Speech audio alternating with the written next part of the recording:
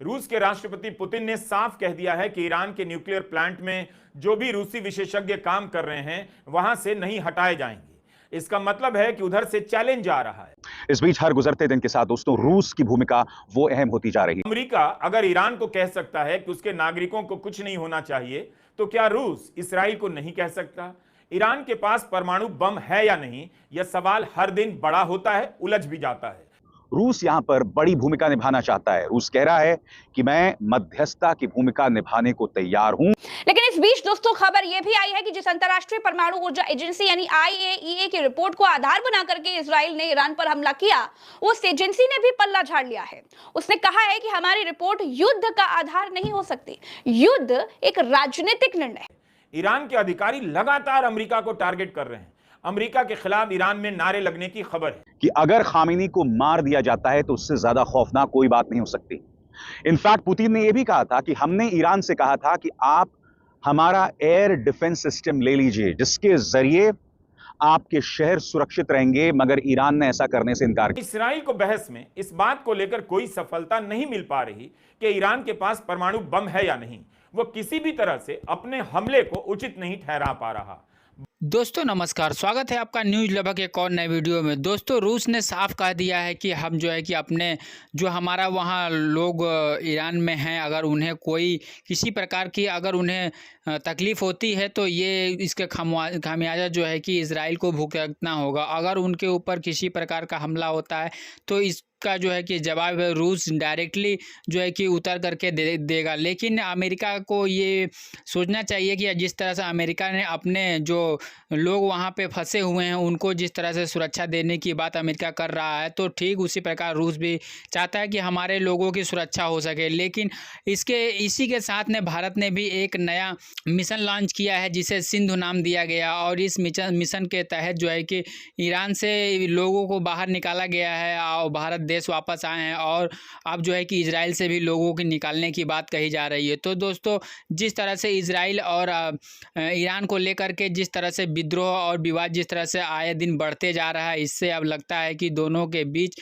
संधि हो पाना बहुत मुश्किल हो गया है। क्योंकि जिस तरह से अमेरिका अगर चाहता तो इन दोनों के बीच में संधि करा सकता था, लेकिन अमेरिका भी कह रहा है कि हमें 2 हफ्ते से ऊपर लग जाएंगे इनकी संधि कराने में, क्योंकि इजराइल के जो नेतन्याहू हैं उनका और अमेरिका के डोनाल्ड ट्रंप का कोई ऐसा निजी मामला है जिससे ये बात बन नहीं पा रहा है। तो दोस्तों चलिए पूरे वीडियो को देखते हैं कि किस तरह से अभिसार शर्मा और रवीश कुमार और प्रज्ञा जी बता रही हैं ईरान और इजराइल को लेकर के कि किस तरह से वहाँ पे वाद विवाद चल रहा है रूस और अमेरिका को लेकर के। तो दोस्तों चलिए पूरे वीडियो को देखते हैं शुरू से लेकर के अंत तक। और दोस्तों हमारे चैनल पे आप पहली बार हैं तो चैनल को सब्सक्राइब जरूर कर लें। रूस के राष्ट्रपति पुतिन ने साफ कह दिया है कि ईरान के न्यूक्लियर प्लांट में जो भी रूसी विशेषज्ञ काम कर रहे हैं वहां से नहीं हटाए जाएंगे। इसका मतलब है कि उधर से चैलेंज आ रहा है कि अगर इस हमले में रूसी नागरिकों को कुछ भी हुआ तो देख लेना। अमेरिका अगर ईरान को कह सकता है कि उसके नागरिकों को कुछ नहीं होना चाहिए, तो क्या रूस इसराइल को नहीं कह सकता? ईरान के पास परमाणु बम है या नहीं, यह सवाल हर दिन बड़ा होता है, उलझ भी जाता है। न्यूक्लियर प्लांट पर बम गिराकर मिलेगा क्या, यह सवाल जुड़ गया है। ईरान के न्यूक्लियर प्लांट पर हमला करने के बाद क्या इसराइल का मकसद पूरा हो जाएगा? नहीं होगा। उसका मकसद यहीं तक सीमित नहीं है। क्या न्यूक्लियर प्लांट पर हमला करने के बाद इसराइल के झूठ का जवाब मिल जाएगा? पहले साबित तो करें कि ईरान के पास बम है या नहीं। बम ना हो गया समोसा हो गया, दोपहर के बाद बम बना लेगा। CNN की पत्रकार हैं क्रिस्टियन अमनपोर, उन्होंने ईरान के उप विदेश मंत्री अब्बास अराकची का इंटरव्यू किया है। अराकची से उन्होंने पूछा कि आपकी सरकार ने 60% एनरिच्ड यूरेनियम का उत्पादन क्यों किया? तो उनका जवाब था, हमने वही किया जो IAEA के नियमों के अनुसार कर सकते थे। हमारे पास और कुछ नहीं है, कुछ भी गलत नहीं किया है। IAEA के इंस्पेक्टर तो ईरान आए थे, उनकी अलग अलग रिपोर्ट से इसका सबूत मिल जाता है। 60% एनरिचमेंट पर कोई बैन नहीं, लेकिन इसका इस्तेमाल ईरान पर हमला करने के लिए किया जा रहा है, जिसकी ईरान को आदत पड़ चुकी है। तो इसराइल को बहस में इस बात को लेकर कोई सफलता नहीं मिल पा रही कि ईरान के पास परमाणु बम है या नहीं। वो किसी भी तरह से अपने हमले को उचित नहीं ठहरा पा रहा। बम का समझ आ रहा है ना, नेतन्याहू के बयान किसी को समझ आ रहे हैं। अब इस नेता को कैसे समझा जाए? ना तो कोई पॉलिटिकल साइंस वाला समझ पा रहा है, ना कोई साइकोलॉजी का प्रोफेसर इसे समझ पा रहा है। इनके बेटे ने शादी रोक दी, यह बड़ी कुर्बानी हो गई। यहां 2 साल से बच्चों पर, महिलाओं पर बम गिरा रहे हैं। आज भी गजा में लोग मारे जा रहे हैं और ये शादी रोकने को कुर्बानी बता रहे हैं। क्या यह दुनिया इस हद तक नकारा हो चुकी है कि उसे कुछ समझ नहीं आ रहा? नेतन्याहू किस मिट्टी के बने हैं कि आज अमेरिका भी इनके शिकंजे में जकड़ा नजर आता है? गजा के नरसंहार के दाग के साथ यह कैसा इसराइल बनाना चाहते हैं? क्या इन्हें नहीं पता कि आज न कल नरसंहार की एक एक दास्तान दर्ज होगी, बल्कि इसी समय में दर्ज हो रही है। बार बार ईरान कह रहा है कि बम नहीं बनाया। इससे तो आप ईरान को यह समझने की छूट दे रहे हैं कि बम नहीं भी होगा तब भी आप पर बम के नाम पर अटैक करेंगे, तो बेहतर है बम बना लो। अमेरिका के भीतर देखिए कितने सवाल उठ रहे हैं कि ईरान के पास बम है, पहले इसका प्रमाण दो। दिया नहीं जा रहा है। आप हिंदी में यह वीडियो क्यों देख रहे हैं? इसलिए कि देखिए ये ग्लोबल लीडर कितने खतरनाक हो सकते हैं। कब 5, 10, 100, 50 लोग मिलकर इन नेताओं को आगे कर दुनिया को युद्ध में झोंक सकते हैं। बम के साथ एक सवाल जुड़ा हुआ है ईरान में सत्ता परिवर्तन का। यह बहस भी जहां है वहीं है। इसराइल जिद पर अड़ा है कि खामेनेई को बचने नहीं दिया जाएगा। भाषा देखिए इसराइल की, कह रहा है अयातुल्ला अली खामेनेई को जीने की अनुमति नहीं दे सकते, क्योंकि खामेनेई स्वयं आदेश देते हैं कि अस्पताल पर हमला करना है। गजा के अस्पतालों पर हमला करने का आदेश कौन दे रहा था? किसके आदेश से वहां 3 दर्जन से अधिक अस्पतालों को मिट्टी में मिला दिया गया? इराक के शीर्ष शिया धर्मगुरु ग्रैंड अयातुल्ला अली सिस्तानी ने ईरान के नेतृत्व को निशाना बनाने के खिलाफ चेतावनी दी है।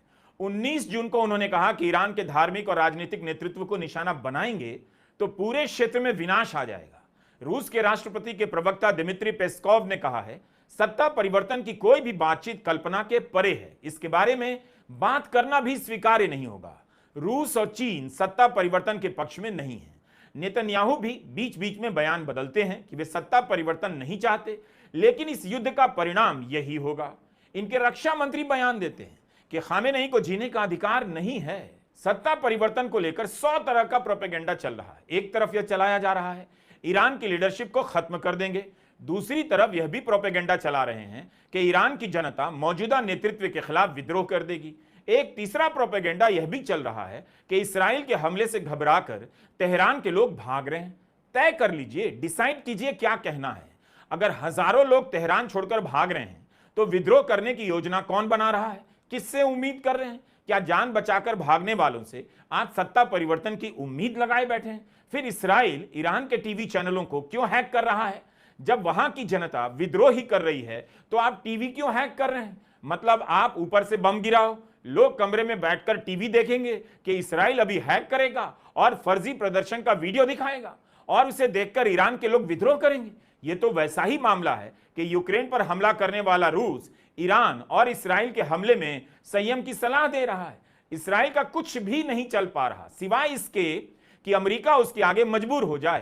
लेकिन इस बीच दोस्तों खबर यह भी आई है कि जिस अंतरराष्ट्रीय परमाणु ऊर्जा एजेंसी यानी IAEA की रिपोर्ट को आधार बना करके इजराइल ने ईरान पर हमला किया, उस एजेंसी ने भी पल्ला झाड़ लिया है। उसने कहा है कि हमारी रिपोर्ट युद्ध का आधार नहीं हो सकती। युद्ध एक राजनीतिक निर्णय है। CNN को दिए गए इंटरव्यू में IAEA के प्रमुख राफेल ग्रॉसी ने साफ कह दिया है कि उनकी रिपोर्ट किसी सैन्य कार्रवाई का आधार नहीं बन सकती, क्योंकि कोई भी हमला एक राजनीतिक फैसला होता है, न कि ये IAEA जैसी एजेंसी की राय पर आधारित होता है। ईरान ने पहले आरोप लगाया था कि IAEA की रिपोर्ट और उसकी टिप्पणियों ने इजराइल को हमले के लिए जमीन तैयार करके दी, लेकिन ग्रॉसी ने इसे सिरे से खारिज कर दिया। उन्होंने कहा कि रिपोर्ट में जो बातें कही गई थी वो नई नहीं है। IAEA पहले से ही चेतावनी दे रहा था कि ईरान अपनी परमाणु गतिविधियों से जुड़ी जानकारियां साझा नहीं कर रहा। जब उनसे पूछा गया कि ईरान कितनी जल्दी परमाणु हथियार बना सकता है, तो उन्होंने कहा कि सिर्फ यूरेनियम जमा कर लेना एक बात है, जो कि ईरान के पास फिलहाल 9 बमों जितना है, लेकिन उसे हथियार के रूप में तैयार करना एक अलग और जटिल प्रक्रिया है। इस बीच हर गुजरते दिन के साथ दोस्तों रूस की भूमिका वो अहम होती जा रही है। वो रूस, याद कीजिएगा, कल ही मैंने आपको अपने मंच पर सुनाया था, व्लादिमीर पुतिन ने कहा था कि अगर खामेनी को मार दिया जाता है तो उससे ज्यादा खौफनाक कोई बात नहीं हो सकती। इनफैक्ट पुतिन ने यह भी कहा था कि हमने ईरान से कहा था कि आप हमारा एयर डिफेंस सिस्टम ले लीजिए, जिसके जरिए आपके शहर सुरक्षित रहेंगे, मगर ईरान ने ऐसा करने से इनकार कर दिया था। अब रूस यहां पर बड़ी भूमिका निभाना चाहता है। रूस कह रहा है कि मैं मध्यस्थता की भूमिका निभाने को तैयार हूं, और इस बारे में वो क्या कह रहा है और क्या खबरें आ रही हैं, इस पर गौर किया जाए। रूस ईरान, इसराइल और अमेरिका के बीच के झगड़े में मध्यस्थता करने को तैयार है। रूसी डेप्यूटी विदेश मंत्री मिखाइल बोगदनोव ने अल जजीरा को बताया कि राष्ट्रपति पुतिन ने कई बार कहा है कि रूस इस टकराव को सुलझाने में मदद कर सकता है। बोगदानोव ने कहा, सब लोग मस्कट में अमेरिका और ईरान के बीच होने वाली बातचीत की उम्मीद कर रहे थे। हमें भी पूरी उम्मीद थी कि यह बातचीत आगे बढ़ेगी, लेकिन 13 जून को इस्राएल के हमले ने इस प्रक्रिया को बिगाड़ दिया। उन्होंने आगे कहा, हमें अब भी उम्मीद है कि हमारी सारी उम्मीदें पूरी तरह खत्म नहीं हुई हैं। अगर टकराव में शामिल देश चाहें तो हम अपनी तरफ से मध्यस्थता करने को हमेशा तैयार हैं, क्योंकि हमारे सभी पक्षों से अच्छे संबंध हैं। मुझे लगता है कि हमारे खाड़ी वाले दोस्त भी इस बातचीत को आगे बढ़ाने के लिए तैयार हैं, क्योंकि हमें इस मसले का कोई और हल नहीं दिखता। सिर्फ रूस ही नहीं दोस्तों, यहां पर चीन का भी अहम किरदार हो सकता है, क्योंकि हकीकत यह है कि चीन खुद इस मामले में सीधे युद्ध में घुसना नहीं चाहता। हकीकत यह भी है कि रूस और चीन कहने को यहां पर तटस्थ दिखाई देते हैं या काफी हद तक ईरान के पक्ष में, मगर अगर जंग शुरू हो जाती है तो जब तक चाइनीज और रशियन इंटरेस्ट को, उनके हितों को नुकसान नहीं पहुंचता, वो सीधे तौर पर इस जंग में शामिल नहीं होंगे।